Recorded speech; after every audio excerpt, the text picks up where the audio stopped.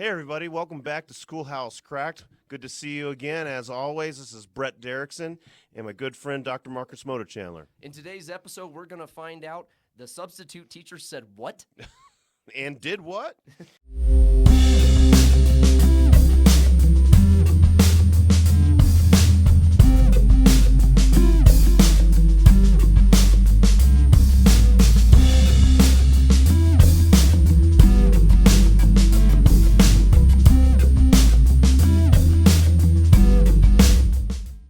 Welcome back to Schoolhouse Cracked. With me, as always, is Mr. Brett Derickson, current school administrator, doing the good deed of working with kids, teachers, and families every single day. Yeah, my good friend, Dr. Marcus Motor Chandler, helped me through all those processes, and now he's educating the future educators, future leaders at higher ed. Yep. So today we want to know, based off of some of the things we've heard from our audience and our personal experiences, the substitute teacher said what, Brett? or in some cases, the substitute teacher did what? Oh, yeah. Crazy stories. And so I just want to preface this with, we know there's a teacher shortage, and we know substitute teachers across the nation are hard to come by. And when we find a really, really good one, what do? Well, we work them to death. Yeah, we work them to death, and they don't want to come back. And when we find some other substitute teachers, those are where some of the crazy stories come from. Yeah. And so you and I were having lunch today, and you were telling me about an incident that you had with a substitute teacher recently. Yeah. Maybe pack ratting some things they shouldn't be. Yeah, the snack master. That's what we. Snack pad. Yeah, obviously this gentleman has been working in our district, in our school for quite a while, and oh geez, he's one of those kind of sit back and let the kids do things until there's a problem. But the bigger problem was he stopped babysitting and started snack digging. And what happened is we had to do a sting operation in order to prove that he was stealing snacks from teachers, in order to tell him he couldn't come back to our building. Like, wait, like going into the teacher's lounge refrigerator and digging through lunch boxes, or like what's going on here? No, I wish. More what happens is the teacher comes in, he gets his things settled in, he goes through the lesson with the kids, gets them started, and then apparently every time and immediately after doing interviews with students and with teachers and our little sting operation, just digs through the teacher's desk and their drawers and underneath their desk, anywhere that they might have snacks, and he eats and drinks their drinks all day long. We actually have one report from one student that he drank 6 Coca-Colas in a single day from one of their teachers, including 2 Coca-Colas in one class period. That's like diabetic shock if you drink that many Cokes. I know. Jeez. I know, but this is we laughed about it because we're having a hard time, as everybody out there knows, we're having a hard time getting bus drivers. We're having a hard time getting the essential workers of school from the end of transportation all the way through the classroom. But no bigger challenge than substitute teachers, and this is something that we've dealt with in our 20 years in education. It's always been a challenge, particularly on Fridays. But definitely the funniest thing I've ever had to do as an administrator was design a snack experiment to prove that the snack master had actually been stealing the snacks. Yeah. I just feel for that teacher who's coming back from maybe like 2 days off being sick, but really like still trying to grade student papers, designed a lesson for first day back, and just after a hard day of missing 2 days being sick, reaches into their drawer for like a Cliff Bar and is gone. It's just gone. No, my favorite though is that this I'd heard about the snack master, and I guess I'd laughed it off. So this is caught on, the snack Oh, master. yes. Okay, Oh, yeah. right. So the snack master had a nickname before we decided that we had to deal with this as an actual problem. But really what it came down to was concerned students coming to the office and saying, Mr. Derickson, this substitute is stealing Miss So-and-so's snacks. And I'm like, okay, I laugh. Okay, write up a report. Admittedly, in middle school, though, snacks it's a commodity, and so students appreciate that. Well, that and it's honestly, at the end of the day, it's a cute story of kids looking after a specific teacher, but having you can't slip anything past kids. Like ultimately, these students had this substitute in a number of classes, and actually over a couple of years. And they have a different nickname. I can't remember what it is, but it's not the snack master to them. It's something else. But they felt compelled to to stand up for their teacher and be like, Mr. Derickson, you've got to put an end, to the snack master. That sense of justice. I guess it's a good problem to have, because if they didn't care about and love their teachers, they'd probably ask if they could eat the snacks with the snack master. Yeah, that's what I would have done. I would have said, I was devious enough to probably have struck a deal with the snack master to like maybe a little bit of extortion. Like, hey man, everybody sees that you're drinking their Cokes. I like You've to bought drink. yourself a day if you give me half of that Cliff Bar. Yeah, exactly. I mean it for sure. What's one of the craziest things you've dealt with, from students reporting to you as a counselor or as an admin in regard to substitute teachers?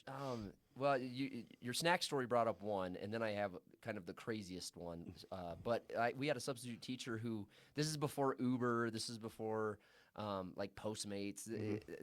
So the side hustles, the gig economy didn't exist, and so we had a substitute teacher who was in the building regularly, did some long-term subbing, and was selling cup of noodles on the side for $1 a pop to kids. That's terrible. And we had this, and we couldn't figure out why the microwave in the lunchroom was like dirty all the time, and like why kids were using it like crazy all of a sudden. And there was a black market economy around cup of noodle soup. And then finally the kids said like, hey, she's got like, the file cabinet doesn't have our papers in it. It has like 36 cup of noodles from Costco. But that's a good side hustle, though. Kids love cup of noodles. And if you have access to a microwave, that's a good sale item. But I think there was a bit of naivety there on the substitute teacher's part, because when you're in a high school, kids have side hustles too. Yeah. And I think she stepped on somebody's turf. Yeah. Other kids were selling snacks, and they weren't going to have it. Yeah, absolutely. She's not the only entrepreneur in the building. No. The business classes were highly successful, apparently. One of the craziest ones, though, is we had a substitute teacher fill in for a teacher who was on maternity leave, and just had a ton of problems with student behavior. Yes. And like a group of kids I knew to be a good group of kids. I mean, high school behavior, right? They're going to be squirrely sometimes, but was in the classroom, supposed to be long-term sub for the rest of the school year, the rest of the semester. And the teacher asked if I could come in and talk to him as an administrator. And I walk into the classroom and I see the group of kids, and I'm like, these kids did what? You're saying these kids are like the worst kids you've ever had? And like I see like top of class, like captain of a team, like star of the play, like kid who has their own volunteer organization, kids selling a cup of noodles, and I was like, there's absolutely no way. So I told him, I was like, hey guys, here's the deal. Like, I'm getting these reports. If I hear it again, we're gonna have a different conversation. So then the kids go back door and they're like, hey, Dr. MC, she's making this shit up. And I was like, what? And they said, yeah, she's just making it up about us. Like, yeah, we got our lab done on time, and we all got, like, good grades on it, but, like, somebody made a smart comment, and she didn't like it, and then we were all in detention. So, like, all right. So, anyway, fast forward, I have a conversation with the teacher. I'm like, hey, I'm just concerned here. Like, I'll coach you through this. Like, we can meet during plan, like, once a week, and we're just going to talk about some student engagement strategies, student behavior. Well, one day she doesn't show up for a meeting, and she didn't show up the first period. And so we're like, okay, she didn't show up, no call, no show. We need somebody to cover this class. So I call her, no answer. About an hour later, I get a phone call back. Hey, I'm in Dubai. What? Yeah, How'd sorry? she get there? I don't know. Like, that's like I think a 14-hour flight. Oh, yeah. And so she must have left like the day after, like the hour after I talked to her, and went. And I like to think I'm pretty open and accepting, but I think she got caught out that she was making shit up about kids, and then literally skipped the country like she was skipping parole. That is awesome. I would love for that person to be a guest on this show. Honestly, I want to know how Dubai was. Yeah, here's a bad one, serious bad. So we have, and I don't remember if this was when you were with us or not. Big fight in the gym.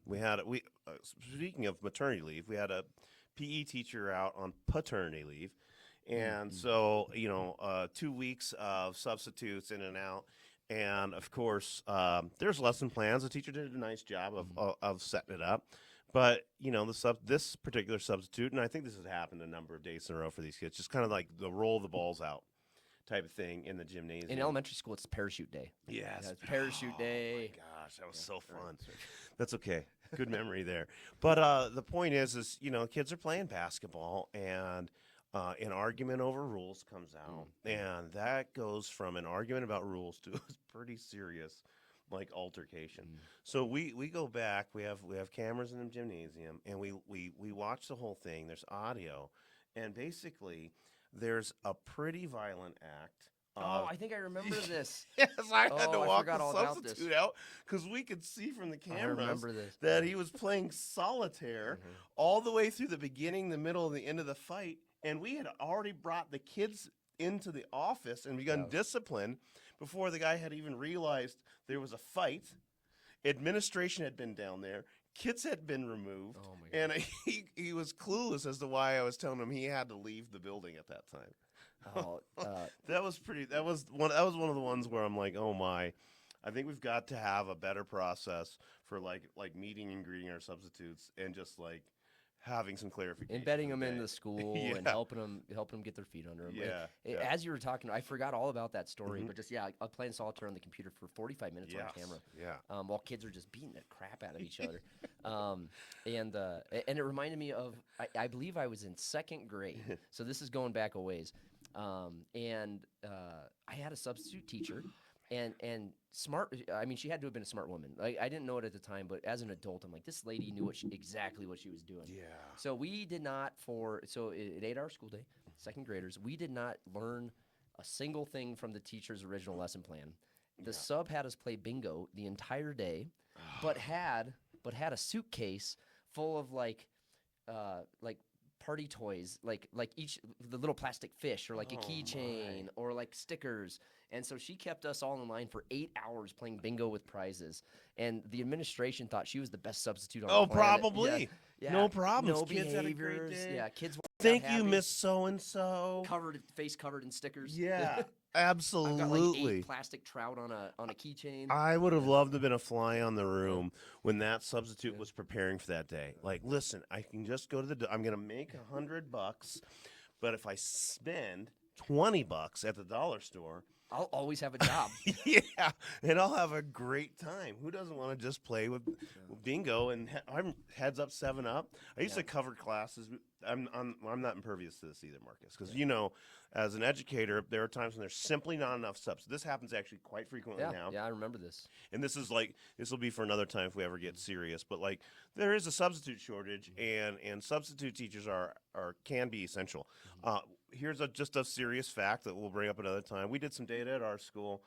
85% of our discipline incidents this first semester occurred while substitutes were in the classroom. Right.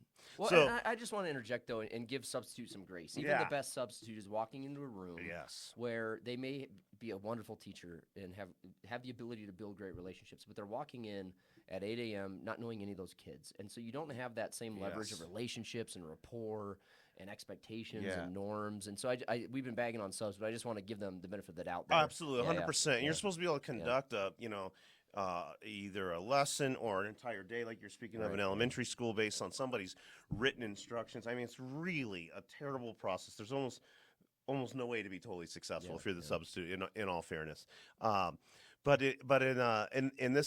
this is we have to cover classes often as teachers and often as administrators when there's a breakdown. Like, somebody's got to get in there.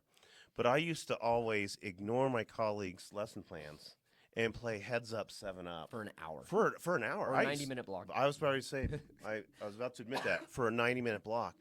Kids loved it. 10th graders, 11th graders will play heads up, 7-Up for 90 minutes. I had this little technique where I would also play with them, and I would lick my fingers before I put my hand on their thumb because they never expected the adult to be the one that would do something disgusting like that. Let's preface this. This is pre-COVID, I'm assuming. Yes, this is pre-COVID. Yeah. Well, so my cop out when I was covering, even as an administrator, was I'd ask the kids generally, like, well, what? Sometimes you have an emergency where the teacher doesn't have a chance to leave subplans either, and those are hard. But you just ask the kids, like, what are you guys working on? And as an administrator, you really should know. Yes. Kind of like, well, 9th grade English is on this unit, and 10th grade science is on this unit. But I mean, in a big school, 2,000 kids, you're not going to know all that. So I'd ask the kids, like, what are you currently working on? And there's always, the kids are going to be good. They're like, yeah, we're doing, we're talking about the Emancipation Proclamation. So I'm like, great. So I'd go find a booklet or a Kahoot Yeah. with questions related to that. And like, we're going to play it, and they'd lose their minds. Yeah, this Yeah, is awesome. yeah. And then we get into the questions, and obviously they're written by a teacher in like Tennessee or like Texas and not from our standards. Yeah. And they're getting upset when they're like, we didn't learn this about the Emancipation Proclamation. Yeah. I was like, well, you're right, you didn't. But now you did. And they'd always have a good time. Oh, But- yeah. But so we've kind of been bagging on subs here now for a bit. But tell me about a time you just had a sub that came in and just killed it. Oh, absolutely. We, gosh, not to give too much away. I work in a unique community, and we have a lot of retired military here in the Pikes Peak region, and very frequently, these folks are highly skilled at setting clarification, just being simple. Doing those little things like greeting him at the door. Right. I guess the substitutes I think that are absolutely the most successful are the ones that know those things about kids that good teachers do. They, the kid that's Mr. Funny or wants to be a class clown, they memorize their name first. Right. They put them in a position of leadership They really ally with quick. them. Yeah. The best thing you can do as a substitute is like whoever's giving you the most amount of crap in the first 30 seconds, that's the kid that you send down to give the attendance. Because for several reasons. They're either going to do something terrible in the hallway and bring attention that helps you get support from your administration, or you're going to turn them from a adversary to an ally in 2 seconds. But we have a ton of really great substitutes in our system, and other ones that I really appreciate if they happen to watch this or happen to know me are the parents of students. There's some stay-at-home spouses. And when they get connected to the community, they tend to know more of the kids. Right. They tend to have an idea of the culture of the school and the community. They might even have a school shirt in their closet. They can wear. Yeah. And that authentic approach to the classroom, even from that position, is a winning formula. For sure. But we've had plenty of good ones. But here's one a story from the past. So I was terrible. I was the kid that when I'd walk into a classroom and see a substitute teacher, I would walk right back out, find all of my friends, be like, we've got a sub, and kind of start planning. I'm not even remotely surprised about this. Yes. I used to love it. This is a terrible one. So I fortunately, I started off high school here in the Pikes Peak region, and then ended up in a small town school in Ohio. So we would regularly have, in Ohio, substitutes that we knew from our community. Well, this lady, I thought she was gorgeous, young, and I can remember her name, Mrs. Crossgrove. Hopefully she's married and doesn't have that name anymore, or doesn't watch this. But the point is, she was. I don't know, Miss Crossgrove, if you're out there. I don't know you, and I don't know this story, but let me apologize in advance. Well, she was. I thought she was stunning, but she did have a bit of like I don't want to say a mustache, but. Kind of, and so what I would do is every time this is terrible. Every time we'd have a class with Miss Crossgrove, I would convince my friends to just kind of mark her a little mustache onto their faces. Oh my god! And so it's like a classroom of yes, oh, it was a whole conspiracy. And this poor lady, I did it to her probably 5 or 6 times. It's definitely on those lists of things for me to like address with St. Peter at the gates. But the point is, though, is to bring it back. What a tough job. Yeah, absolutely. So I don't think you knew this about me, but I've worked in and around education my entire career, and I started off as a library aide in an elementary school in undergrad, and worked Did not know that. Teacher, instructional coach, counselor, AP, principal, CTE director, and now working in higher ed. Yeah. But one of the jobs I had before I went to graduate school, I was a substitute teacher. Wow. And holy shit, that's a hard job. Yeah. But it was also super fun because you don't have the same level of accountability you do if you're teaching every day. Yeah. But the lesson that stood out to me is I was in an elementary band class, and so it's like an elective, and I was like, I don't know anything about music. I played an instrument maybe when I was in 6th grade. So the kids come in and there's no lesson plan, but it's an elective, so I guess they're just supposed to practice their instruments. But I don't know where their instruments are. They're in lockers. Things are locked up. But the only thing that's not locked up is a crate of cowbells. There's like 30 cowbells. Oh, terrible. And this is right like 5 years after maybe 6 years after kind of the height of the Christopher Walken cowbell sketch on Saturday Night Live. Yeah. I need more cowbell. And so I made up a lesson knowing nothing about music with 30 cowbells and did it all day long. And then at the end of the day, a teacher down the hallway came in and just reamed me. I bet. And she said, I've been listening to those damn cowbells I for bet. 7 hours. I bet she was homicidal. You're lucky you didn't cause a significant, like the butterfly effect of like horrible behavior. Horrible things happening over the course of the rest of the day. Do you think that maybe that instrument is not called a cowbell? I mean, usually you're spot on, but I'm guessing the mere fact that it's an instrument in a classroom. Is it a means it's glockenspiel? not- It's a don't know, glockenspiel? but I bet it's not a cowbell. All right, if you all know what the cowbell is actually called, please let us know. Yeah. Otherwise, I'm going to Google it, and I'm going to just find probably cowbell, and I'm going to go with it. Well, this is a great episode, folks, for you guys to just let your hair down to a certain extent. We do want to make a shout out at Schoolhouse Cracked, where we're looking at all of the things that create challenges, all of the things that we hope to resolve that could just make our schools even more fabulous places for kids and teachers in the community. But we do have a shortage of substitute teachers, and we do need you, and it is an important day for kids. And like I said with that discipline statistic, when you have substitute teachers who can engage and meet the kids where they're at, it makes the difference in the whole school day for the entire building. And so, but this is not a bad time for you guys to just get onto our website and tell some stories about the things that you did or the things that you've experienced. And substitute teachers, just get it right after us and tell us not only about your experiences in our schools, but tell us about the bigger issues too that come up with you as you engage in our classrooms. Yeah, and so you hit on a great point there, Brett. So send us your comments at Schoolhouse Cracked, our YouTube channel. You can find us on Facebook and Instagram, and download us on all your favorite podcast channels. But I do want to say substitute teaching is a tough job. There's a lot of great ones out there, and we really do appreciate you. Yeah. There are that are the snack masters. Yeah. Please don't steal the teacher's snacks. Yeah. But I do want to end this on a challenge. And as you were talking, Brett, and something that I know you and I have talked about over the years, but substitute teaching is a great way for the community to still know what's going on in schools. We all think we know what's going on in schools because we all went through school. But for some of us, it was 20, 30, 40 years ago. But more specifically, my challenge is to central administrators. Sub a class. Yeah, absolutely. If you're a director of nobody gives a shit, get into a classroom and sub once a semester. Remember what it's like to be in the classroom. It's easy to forget what a kid's experience and a teacher experience is in the classroom. And we did an episode on school board elections, and we did an episode on what's on the ballot.